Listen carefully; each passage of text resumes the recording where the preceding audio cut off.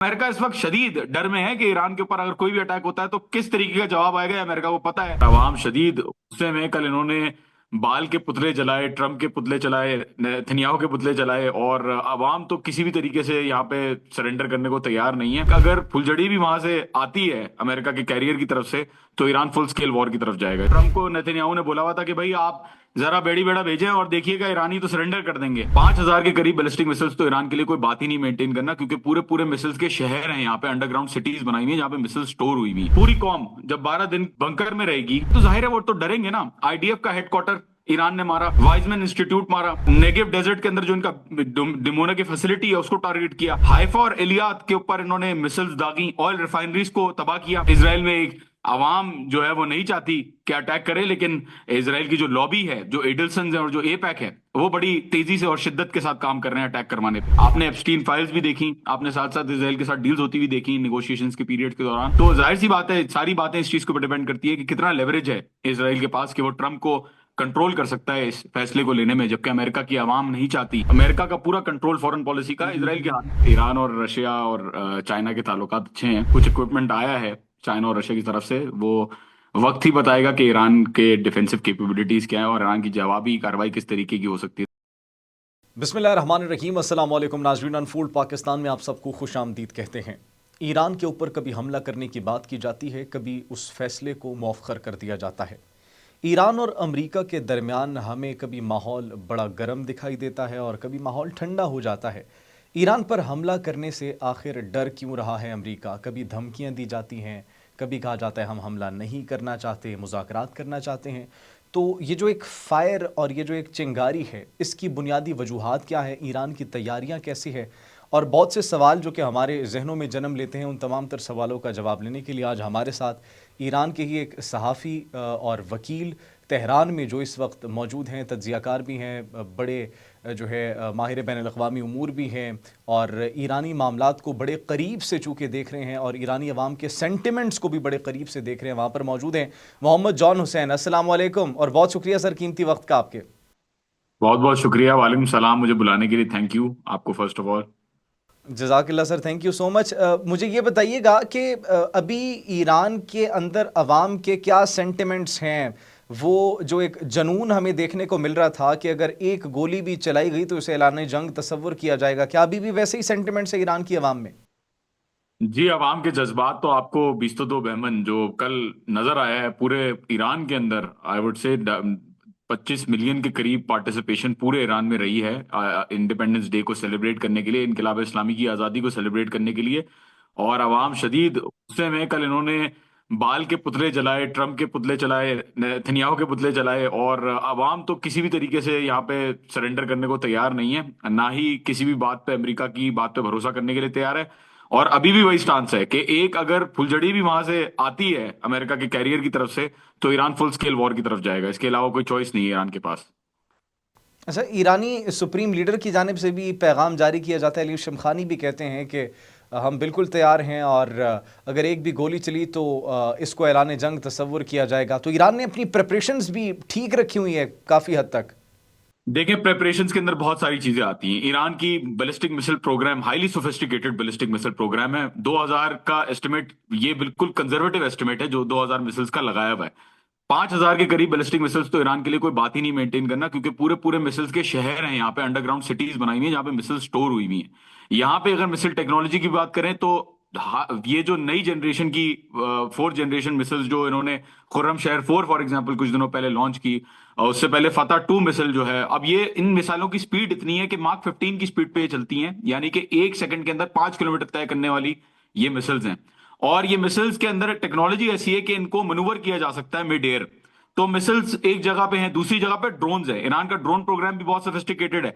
Drone programme के अंदर इनके स्वॉर्म ड्रोन्स हैं जो हाईली इफेक्टिव, छोटे छोटे ड्रोन्स काफी ज्यादा तादाद में जो है वो एक जगह को पेनिट्रेट कर सकते हैं बहुत आराम से। उसके साथ साथ ईरान का जो आर्सनल है नेवी की तरफ, उनकी मिनी सबमरीन्स, उनकी जो जो जो फास्ट अटैक टॉर्पीडो शिप्स हैं, वो भी ईरान ने तैयार रखी हुई हैं। और ईरान किसी भी एंगेजमेंट के लिए इस वक्त तैयार है, चाहे वो अमेरिका का यूएसएस कैरियर हो, चाहे वो अमेरिका के बेसेस हो रीजन के अंदर। ईरान ने क्लियर बोल दिया है कि अगर कोई भी हमला होता है, और ईरान की कैपेबिलिटी ईरान पहले भी दिखा चुका है 12 दिन की जंग में, जब सवाल उठता था कि आयरन डोम जो है वो इनपेनिट्रेबल है और इनविंसिबल है, तो उस बुत को ईरान तोड़ चुका है, पहले भी याद दिला दूं मैं। तो इस दफा भी ईरान तैयारी में है और बिल्कुल एक्शन होगा और सख्त एक्शन होगा ईरान की तरफ से। अच्छा, जिस तरीके से आप बता रहे हैं कि ईरान ने तैयारी मुकम्मल की है, ड्रोन्स तैयार हैं, मिसाइल्स तैयार हैं और ईरान की बॉट्स तैयार हैं, तो क्या यही वजह है कि अमेरिका को अपना फैसला मौखर करना पड़ा, यू टर्न लेना पड़ा? कोई शक नहीं है इसमें कि अमेरिका को इसी वजह से फैसला मुखर करना पड़ा। उनको लग रहा था, ट्रंप को नेतन्याहू ने बोला हुआ था कि भाई आप जरा बेड़ी बेड़ा भेजें और देखिएगा ईरानी तो सरेंडर कर देंगे। उल्टा ईरानियों ने अपनी नेवल ड्रिल स्टार्ट कर दी, उन्होंने मिसाइल्स का प्रोग्राम जो है वो ज्यादा तेजी से डेवलप करना शुरू कर दिया। और जाहिर सी बात है, अमेरिका के पास अब कोई चारा नहीं है कि वो कब से 1 महीने से वो कह रहे हैं कि हम आ रहे हैं आ रहे हैं। उन्होंने बेड़ा भी भेजा, वो ओमान के पीछे खड़ा कर दिया, आगे उसको एंगेज नहीं किया। जब नेवल ड्रिल्स हो रही थी, लाइव फायर ड्रिल्स हो रही थी ईरान की, तो सिपाही पासदारान को बोला गया अमेरिका की तरफ से कि आप प्लीज प्रोफेशनली कंडक्ट करें अपनी ड्रिल्स। तो अमेरिका इस वक्त शदीद डर में है कि ईरान के ऊपर अगर कोई भी अटैक होता है तो किस तरीके का जवाब आएगा, ये अमेरिका को पता है। और इसीलिए सेकंड कैरियर को भी भेजने की बातें हो रही हैं, और अभी तक सिर्फ बातें ही हैं। ये एक्शन अभी तक कुछ नहीं हुआ, ना ही होने वाला है मेरे ख्याल में, क्योंकि बहुत सख्त रिटेलिएशन ईरान की तरफ से जो है वो एक्सपेक्टेड है। अच्छा, इसराइल क्यों इतना डर रहा है? इसराइल खुद क्यों नहीं सामने आ रहा? देखें, जब एक कौम पूरी 12 दिन के अंदर, पूरी कौम जब 12 दिन बंकर में रहेगी, और जब उसके पास जो है रोजाना वो रोएगी कि हमने जो गाजा में बच्चों के साथ किया, जो फलस्तीन में बच्चों के साथ किया, वो जब उनके ऊपर थ्रेट आई इस चीज की, ईरान ने तो काफी हल्का हाथ रखा है इसराइल के ऊपर।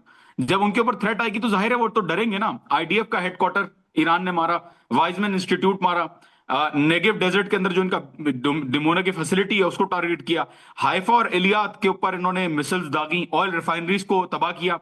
तो इसराइल तो इतना सा एक रकबा उन्होंने काबिज किया हुआ है, 22,000 किलोमीटर की एक जगह काबिज की हुई है, जालिमों की तरह वो काबिज हुए हैं। तो जाहिर सी बात है उनका दिन उनको पता है कि अनकरीब है, और जो मजालिम उन्होंने किए हैं उसका जवाब उनको देना पड़ेगा। और ये आई थिंक डर इसी चीज का है कि अगर दोबारा जंग होती है तो जिस तरीके से पहले ईरान ने आयरन डोम, पेट्रियट, एरो, डेविड स्लिंग, ये सारे डिफेंस सिस्टम्स को चीरती हुई ईरान की मिसाइल्स गई थी पिछली दफा, तो इस दफा भी ईरान की मिसाइल्स जाएंगी। लेकिन बहरहाल इसराइल की एक लॉबी ये भी है जो अपनी आवाम की भी फिक्र नहीं करती, जो कहती है कि भाई ईरान को किसी भी तरीके से खत्म किया जाए। तो वो जंग करने पे आमादा करना चाह रही है ट्रंप को कि किसी तरीके से आप जाएं, क्योंकि नेतन्याहू के इंटरनल प्रॉब्लम्स बहुत हैं, और जंग होगी तो नेतन्याहू का रूल जो इसराइल के ऊपर है वो ज्यादा बढ़ेगा, और उसको एक बहाना मिल जाएगा अपने टर्म को एक्सटेंड करने के लिए और करप्शन के ट्रायल से भागने के लिए। इसलिए इसराइल में एक आवाम जो है वो नहीं चाहती कि अटैक करे, लेकिन इसराइल की जो लॉबी है, जो एडल्सन है और जो एपैक है, वो बड़ी तेजी से और शिद्दत के साथ काम कर रहे हैं अटैक करवाने पे। अच्छा, ये भी खबरें मौसूल हुई है कि ईरान अगर इस मरतबा हमला करेगा तो ईरान एक मैस अटैक करेगा, 1000 मिसाइल्स एक साथ दागे जाने की बात की जा रही है, तो इसमें कितनी हकीकत है? बिल्कुल, इसमें कोई शक नहीं है कि मैस अटैक होगा, बिल्कुल मैस अटैक होगा। पिछली दफा तो ईरान तैयार नहीं था ना 12 दिन की जंग में, क्योंकि उनको बोला गया था कि निगोशिएट कर रहे हैं आप, जरा रुके। इस दफा तो बिल्कुल क्लियर सिग्नल्स हैं, ईरान को पता है कि हमला हो सकता है कभी भी। और इस वजह से ईरान ने अपनी जो डिफेंसिव कैपेबिलिटी है उसको पूरी तरीके से 100% तैयार किया हुआ है कि अगर कोई भी अटैक होता है तो बिल्कुल ना सिर्फ मिसाइल्स जाएंगी, बल्कि पहले जिस तरीके से पहले उन्होंने किया था, आराज ड्रोन्स भेजे थे, उसका बराज भेजा था मिसाइल डिफेंस सिस्टम को इंटरसेप्ट करने के लिए, उसके बाद अपनी हाइपरसोनिक मिसाइल्स भेजी थी। तो इस दफा भी यही स्ट्रेटेजी होगी। अच्छा, इसके साथ ये भी बताइए कि नेतन्याहू के अपने घर तक जो है वो मुजाहिरे भी पहुंच चुके हैं। इसराइल की आवाम भी, ऐसा लग रहा है कि कुछ उनकी जो आवाम है वो भी ईरान के साथ जंग नहीं चाहती और वो नेतन्याहू को इख्तिदार में नहीं देखना चाहती, लेकिन despite of that bar bar Netanyahu कभी बच जाता है। ये मगरिब के सहारे की वजह से है, क्योंकि इसराइल के अंदर तो हमें देखने को मिल रहा है कि एहतजाज जब हुआ था लास्ट टाइम तो उनके घर तक भी लोग पहुंच गए थे। जी बिल्कुल, आपने सही कहा। ये एहतजाज ना सिर्फ इसराइल में हो रहा है बल्कि अमेरिका में भी हो रहा है। अभी जब नेतन्याहू गया ट्रंप के पास तो आपने देखा कि अमेरिका में भी। पीछे के दरवाजे से ट्रंप और नेतन्याहू अंदर गए, क्योंकि प्रोटेस्ट हो रहा था वहीं व्हाइट हाउस के बाहर। तो जाहिर सी बात है अमेरिका उसको बचाने के लिए आ जाता है, और पैसे अमेरिका को इस बात के मिलते हैं। कोई भी प्रेसिडेंट आता है इलेक्शन लड़ने तो उसको मिलियंस ऑफ डॉलर्स मिलते हैं। $250 मिलियन ट्रंप ने खुद लिए हैं एडल्सन और एपैक से। तो जाहिर सी बात है वो तो बचाने के लिए जो है वो जितना कर सकेंगे। अमेरिका का पूरा कंट्रोल फॉरेन पॉलिसी का इसराइल के हाथ में। और ये इसमें कोई कॉन्स्पिरेसी नहीं है, ये जॉन मीरशाइमर बड़े मशहूर पॉलिटिकल साइंटिस्ट हैं, उन्होंने भी कहा है। अब जो ईरान के ऊपर व्हाट डू यू थिंक कि इसराइल खुद तो सामने नहीं आना चाह रहा, क्या अमेरिका को मना पाएगा? क्योंकि ईरान ने जिस तरीके से अभी सरप्राइजेस दिए हैं, मजीद भी आगे कुछ सरप्राइजेस हो सकते हैं। उन सरप्राइजेस पर तो मैं बाद में पूछूंगा, पहले ये मुझे बताइए कि क्या इजराइल अब कन्विंस कर पाएगा अमेरिका को ईरान पर हमला करने के लिए? देखिए, दीवानगी की कोई मंतक नहीं होती। दीवानगी जो होती है उसकी कोई मंतक नहीं होती। और इस वक्त इसराइल के ऊपर सर पे जो है वो जो डर मंडरा रहा है, वो अमेरिका को जो जिस तरीके से पुश करना चाह रहा है, हो सकता है कि कोई अटैक अमेरिका कर दे, लेकिन इसकी लाइक्लीहुड बहुत कम है। मतलब नियर टू इम्पॉसिबल है कि अमेरिका, अनलेस इसराइल के इंटरेस्ट अमेरिका देख रहा है और अनलेस इसराइल की ही फॉरेन पॉलिसी को अमेरिका चलाने की कोशिश कर रहा है, अमेरिका अटैक नहीं करने वाला किसी भी तरीके से। क्योंकि आप खुद सोचे, इस पे दलील है कि अमेरिका का कोई फायदा नहीं है ईरान को अटैक करने में। बिला वजह इतनी दूर से अपना कैरियर लेके आ गए हैं, इनको किस चीज का, वहां अमेरिका जो बैठा हुआ है उसको किस चीज से डर है ईरान की मिसाइल्स तो वहां नहीं जा रही। तो जाहिर सी बात है जो कुछ हो रहा है इसराइल के लिए हो रहा है। और इस पे डिपेंड, इस पूरी सिचुएशन पे डिपेंड ये बात करती है कि किस हद तक अमेरिका का पॉलिटिकल एस्टेब्लिशमेंट और सिक्योरिटी एस्टेब्लिशमेंट कॉम्प्रोमाइज्ड है इसराइल की तरफ से। आपने एप्स्टीन फाइल्स भी देखी, आपने साथ साथ इसराइल के साथ डील्स होती हुई देखी नेगोशिएशंस के पीरियड के दौरान। तो जाहिर सी बात है, सारी बातें इस चीज के ऊपर डिपेंड करती है कि कितना लेवरेज है इसराइल के पास कि वो ट्रंप को कंट्रोल कर सकता है इस फैसले को लेने में, जबकि अमेरिका की आवाम नहीं चाहती इस ये ईरान के अंदर साथ जंग। और ट्रंप जो आया था अपना इलेक्शन लड़ते हुए, वो यही बोल के आया था कि मैं पीस मेकर हूं और मैं जंग नहीं चाहता। ईरान ने सर, जो सऊदी अरब, जो गल्फ कंट्रीज़ हैं, सऊदी अरब नहीं, गल्फ कंट्रीज़ की अगर हम बात करें जहाँ पर अमरीकी अड्डे मौजूद हैं, तो उनको भी निशाना बनाने के हवाले से कुछ ऐलान किया है?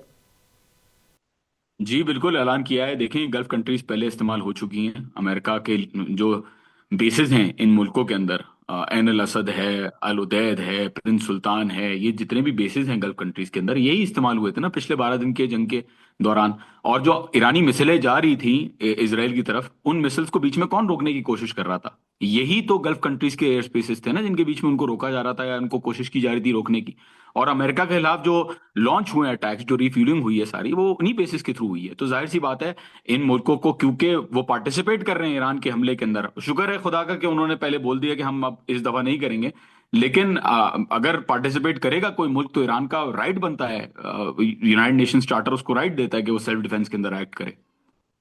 अच्छा, ईरान के एटमी प्रोग्राम पर बड़ी बहस चलती है। इतना क्या मसला है ईरान से? ईरान ने तो अभी तक कोई ऐसा ऐलान भी नहीं किया, और फिर रहबर आला की स्टेटमेंट भी है, फतवा भी है एटमी हथियारों के हवाले से, लेकिन फिर भी सबको बड़ा एक वो इंटरेस्ट है ईरान के एटमी प्रोग्राम में कि ईरान न्यूक्लियर की, यूरेनियम की एनरिचमेंट ना करे। तो एटमी प्रोग्राम से क्यों इतना डर रहे हैं ये?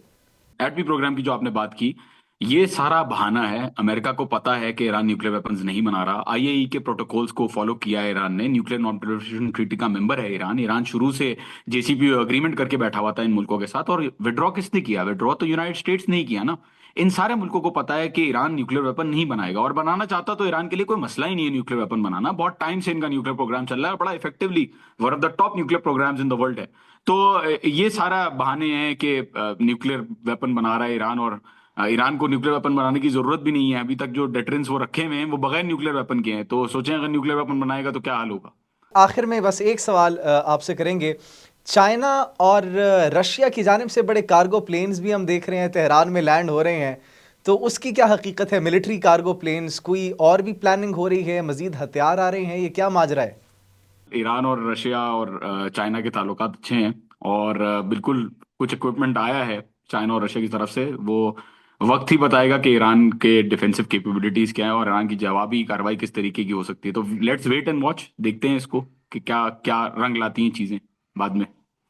Thank you so thank you much. So much. उम्मीद करते हैं कि ये पॉजिटिव रंग ही लाएंगी। बहुत शुक्रिया आपके कीमती वक्त का। नाज़रीन, मुझे इजाज़त दीजिए, अपना बहुत ख्याल रखिएगा और कमेंट सेक्शन में अपनी कीमती राय से आगाह कीजिएगा। अल्लाह निगहबान।